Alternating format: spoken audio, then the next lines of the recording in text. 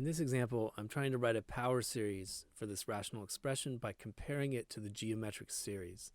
So just as a reminder, the geometric series was like this. It turned out this was one of those rare series that we could explicitly sum by looking at the limit of the sequence of partial sums.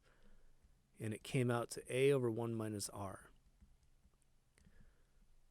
provided that the absolute value of r is less than 1. If the absolute value of r is equal to 1 or larger than 1, the series diverges.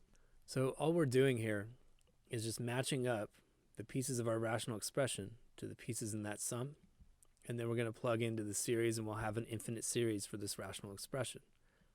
So it looks like a is 1, and it looks like r is x cubed, and then we can plug those in and get a series. So there it is. It's an infinite series representation of this simple rational function. Now stylistically, this isn't great. It would look nicer if we started from n equals 0. So notice when we plug in n equals 1, we start with a power of 0 on x.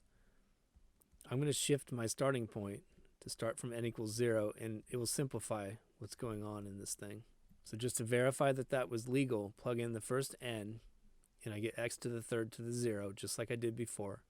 Plug in n equals 1, and I end up with x cubed. What happens in my original series if I plug in my second term, n equals 2? I get a 2 minus 1 up there, that's a 1, and I get x cubed. So this is working. And just one last thing to nice it up a little bit. I'm going to write it as x to the 3n. So before I quit working on this one, I wanted to show it in expanded form.